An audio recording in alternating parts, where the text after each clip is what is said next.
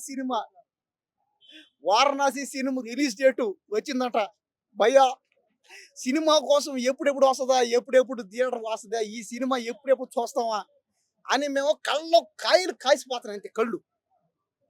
Cinema అంటే ఏంది? Entertainment. పైగా రాజమౌళి గారు. అబ్బా!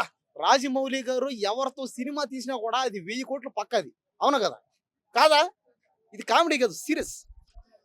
1000,00,00,000 సినిమా దాటిస్తాడు. 2,000,00,00,000 కూడా దాటిస్తాడాయన. సత్తా ఆయనకుంది.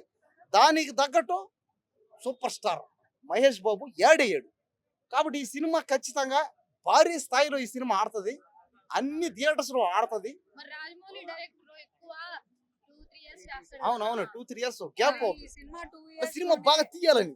బాగా రావాలి కదా! క్లారిటీగా రావాలా.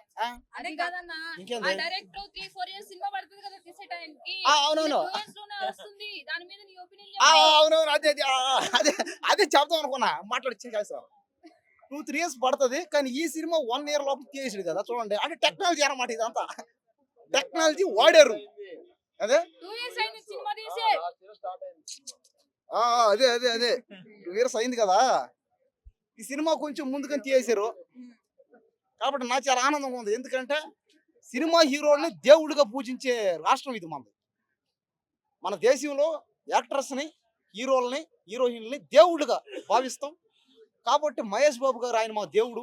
ఆ సినిమా రావాలి. ఆ సినిమా బాగా ఆడాలి కాబట్టి సినిమా కోసమే బతుకుతున్నాం మేము.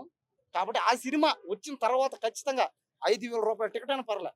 2,000 అయినా పర్లే. కొనుక్కొని చూస్తా నేను. నేనే కాదు అందరూ.